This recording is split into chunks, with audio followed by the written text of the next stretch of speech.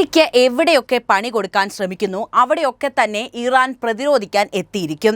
Persian പോരാളികളുടെ പോരാട്ട വീര്യത്തിന് മുന്നിൽ പകച്ചുപോയ അമേരിക്കയ്ക്ക് ഇന്ന് ഒത്ത എതിരാളി ലോകരാഷ്ട്രങ്ങളിൽ ഒരാൾ മാത്രമാണ്. അത് സാക്ഷാൽ ഇറാൻ തന്നെ.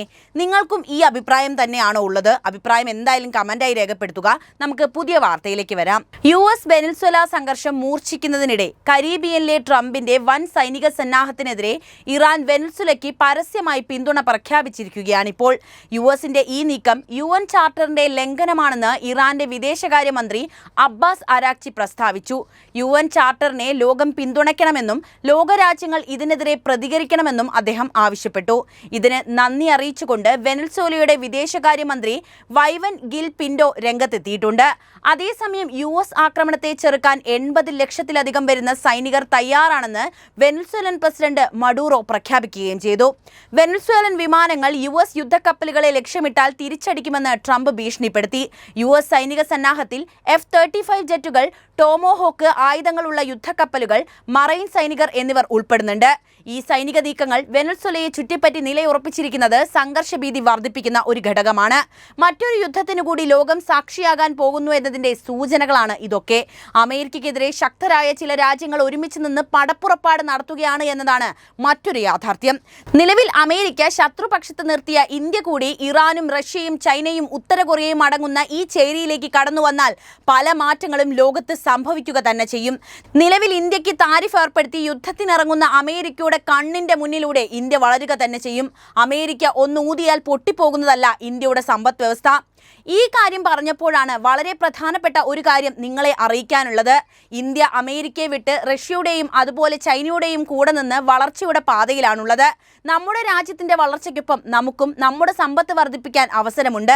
അതിന് ആദ്യം ചെയ്യേണ്ടത് വളരുന്ന ഇന്ത്യൻ മാർക്കറ്റിൽ നിക്ഷേപിക്കുക എന്നത് തന്നെയാണ്. പക്ഷേ എവിടെ നിക്ഷേപിക്കും? നിക്ഷേപിച്ച പണം നഷ്ടമാകുമോ? റിട്ടേണിന് വലിയ ടാക്സ് കൊടുക്കേണ്ടി വരുമോ എന്നുള്ള ആശങ്കകളൊക്കെ ഉണ്ടാകാം. എന്നാൽ അത്തരം സംശയങ്ങളൊക്കെ ഉള്ളവർക്ക് വളരെ അനുയോജ്യമായ ഒരു അവസരവുമായിട്ടാണ് ബജാജ് അലയൻസ് ലൈഫ് എത്തിയിട്ടുള്ളത്. BSE 500 enhanced value 50 index fund എന്ന NFO ആണ് പുതിയതായിട്ട് ലോഞ്ച് ചെയ്തിട്ടുള്ളത്. ഈ NFOയെ കുറിച്ച് അറിയാനും നിക്ഷേപിക്കാനുമുള്ള ലിങ്ക് ഡിസ്ക്രിപ്ഷനിലും അതുപോലെ കമന്റിലും കൊടുത്തിട്ടുണ്ട്. പക്ഷേ ഈ വരുന്ന സെപ്റ്റംബർ 18-ാം തീയതി വരെ മാത്രമേ ഈ NFOയിൽ നിക്ഷേപിക്കാൻ അവസരമുള്ളൂ.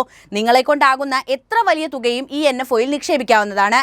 NAV 10 രൂപയാണ്. ഇവിടെ നമ്മൾ നിക്ഷേപിക്കുന്ന പണം മെച്യൂരിറ്റിയിൽ 1 രൂപ പോലും നഷ്ടപ്പെടാതെ തിരികെ ലഭിക്കുന്നതാണ്.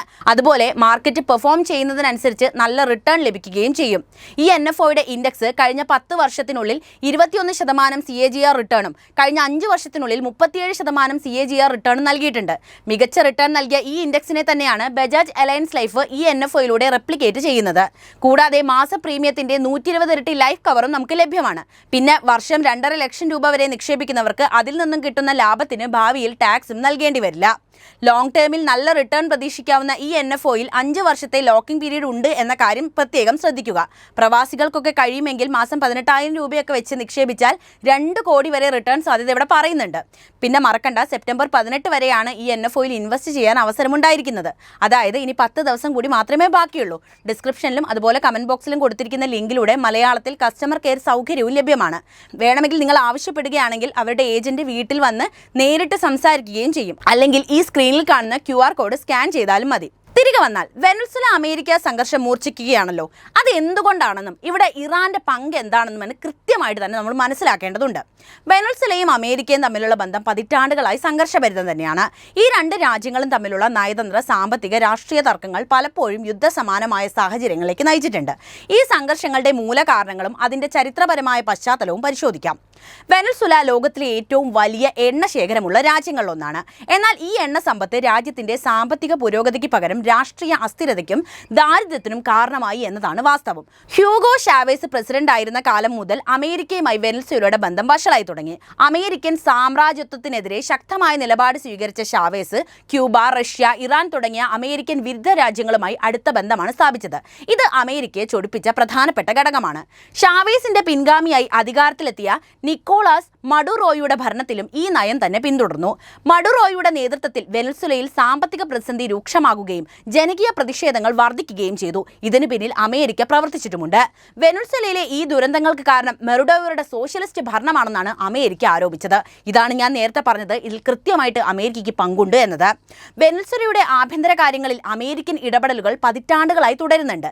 ഇത് അന്താരാഷ്ട്ര സമൂഹത്തിൽ വലിയ ചർച്ചകൾക്ക് വഴിവെക്കുകയും വെനസ്വേലയുടെ പരമാധികാരത്തെ ഹനിക്കുന്നുണ്ടോ എന്ന ചോദ്യം ഉയർത്തുകയും ചെയ്യുന്നു.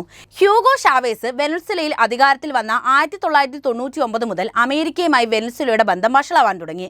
അമേരിക്കയുടെ രാഷ്ട്രീയ സാമ്പത്തിക നയങ്ങളെ ശക്തമായി എതിർത്ത ഷാവേസ് സോഷ്യലിസ്റ്റ് ആശയങ്ങളിൽ അധിഷ്ഠിതമായ ഭരണരീതികൾ പിന്തുടർന്നു പോന്നു. ഇത് അമേരിക്കയുടെ താൽപര്യങ്ങൾക്ക് വളരെയധികം വിരുദ്ധമായിരുന്നു. വെനസ്വേലയുടെ എണ്ണ സമ്പത്ത് കൈക്കലാക്കാനും അമേരിക്കൻ വിരുദ്ധ ചേരിയെ ദുർബലപ്പെടുത്താനും അമേരിക്ക ഇവിടെ ശ്രമം നടത്തുകയും ചെയ്തിട്ടുണ്ട്. നിക്കോളാസ് മഡുറോയുടെ ഭരണകാലത്ത് അമേരിക്കയുടെ ഇടപെടലുകൾക്ക് പുതിയ മാനങ്ങൾ കൈവന്നു. മഡുറോയുടെ ഭരണത്തിനെതിരെ കടുത്ത സാമ്പത്തിക ഉപരോധങ്ങളാണ് അമേരിക്ക ഏർപ്പെടുത്തിയത്. വെനസ്വേലയുടെ എണ്ണ വ്യവസായത്തെ ലക്ഷ്യമിട്ടായിരുന്നു ഈ ഉപരോധങ്ങൾ. ഇത് രാജ്യത്തിന്റെ സാമ്പത്തിക നിലയെ തകർക്കുകയും ഭക്ഷ്യവസ്തുക്കളുടെയും മരുന്നുകളുടെയും ലഭ്യതക്കുറവ് ഉൾപ്പെടെയുള്ള ഗുരുതരമായ പ്രശ്നങ്ങൾക്ക് കാരണമാവുകയും ചെയ്തു. ഒരു രാജ്യത്തിന്റെ ഭരണത്തെ അട്ടിമറിക്കുന്നതിനായി ആ രാജ്യത്തെ ജനങ്ങളെ ദുരിതത്തിലാക്കുന്ന ഇത്തരം ഉപരോധങ്ങൾ അന്താരാഷ്ട്ര നിയമങ്ങളുടെ ലംഘനമായി പലരും ചൂണ്ടിക്കാട്ടുന്നുണ്ട്. സാമ്പത്തിക ഉപരോധങ്ങൾക്ക് പുറമെ രാഷ്ട്രീയമായ ഇടപെടലുകളും അമേരിക്ക നടത്തിയിട്ടുണ്ട്. 2019 വെനസ്വേലൻ പ്രതിപക്ഷ നേതാവായ ജുവാൻ ഗൈഡോയെ വെനസ്വേലയുടെ താൽക്കാലിക പ്രസിഡന്റായി അമേരിക്ക അംഗീകരിച്ചു. ഒരു രാജ്യത്തിന്റെ തിരഞ്ഞെടുക്കപ്പെട്ട ഭരണാധികാരിയെ തള്ളിപ്പറഞ്ഞ് മറ്റൊരു വ്യക്തിക്ക് അംഗീകാരം നൽകുന്നത് ആ രാജ്യത്തിന്റെ പരമാധികാരത്തിനു മേലുള്ള കടന്നുകയറ്റമായിട്ടാണ് വിലയിരുത്തപ്പെട്ടത്. ഈ നടപടി മഡുറോ സർക്കാരിനെതിരെ കൂടുതൽ സമ്മർദ്ദം ചെലുത്താൻ അമേരിക്കയെ സഹായിച്ചു എന്ന് വേണം മനസ്സിലാക്കാൻ. കൂടാതെ കരീബിയൻ കടലിൽ അമേരിക്കയുടെ സൈനിക സാന്നിധ്യം വർദ്ധിപ്പിച്ചത് യുദ്ധസമാനമായ അന്തരീക്ഷമാണ് അവിടെ സൃഷ്ടിച്ചത്. മയക്കുമരുന്ന് കടത്ത് തടയുക എന്ന ഔദ്യോഗിക വിശദീകരണം നൽകിയെങ്കിലും മഡുറോ ഭരണകൂടത്തെ ഭീഷണിപ്പെടുത്താനുള്ള ഒരു തന്ത്രമായാണ് ഈ നീക്കങ്ങൾ വിലയിരുത്തപ്പെട്ടത്. ഈ സൈനിക നീക്കങ്ങൾ വെനസ്വേലയുടെ ദേശീയ സുരക്ഷയ്ക്ക് ഭീഷണിയാണെന്ന് മഡുറോ സർക്കാർ ആരോപിച്ചു. അന്താരാഷ്ട്ര നിയമങ്ങൾ അനുസരിച്ച് ഓരോ രാജ്യത്തിനും അതിൻ്റെതായിട്ടുള്ള പരമാധികാരമുണ്ട്.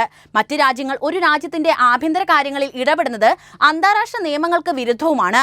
ഈ വിഷയത്തിൽ അമേരിക്കൻ ഇടപെടലുകൾ വെനസ്വേലയുടെ പരമാധികാരത്തെയും അവിടുത്തെ ജനങ്ങളുടെ ജീവിതത്തെയും സാരമായിട്ട് ബാധിച്ചിട്ടുണ്ട്. ഈ പ്രശ്നത്തിന് ഒരു നയതന്ത്രപരമായ പരിഹാരം കണ്ടെത്തേണ്ടത് വളരെയധികം പ്രാധാന്യമേറിയ വിഷയവുമാണ്. അല്ലാത്തപക്ഷം ഈ സംഘർഷം കൂടുതൽ സങ്കീർണമായ ഒരു അവസ്ഥയിലേക്ക് മാറിയേക്കാമെന്നാണ് വിലയിരുത്തലുകൾ പറയുന്നത്. മറ്റൊരു പ്രധാനപ്പെട്ട കാര്യം ഇവിടുത്തെ ഇറാന്റെ സ്ഥാനമാണ്. വെനസ്വേല അമേരിക്കൻ സംഘർഷത്തിൽ ഇറാൻ കൂടി കടന്നു വരുമ്പോൾ അത് ആഗോള രാഷ്ട്രീയത്തിൽ പുതിയതും സങ്കീർണവുമായ ഒരു ഘട്ടമാണ് തുറക്കുന്നത്.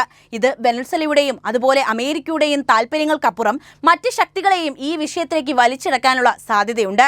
ഇറാൻ വെനസ്വേലയെ പിന്തുണയ്ക്കുന്നതിനുള്ള പ്രധാന കാരണങ്ങൾ അമേരിക്കയോടുള്ള അവരുടെ ശത്രുത തന്നെയാണ്.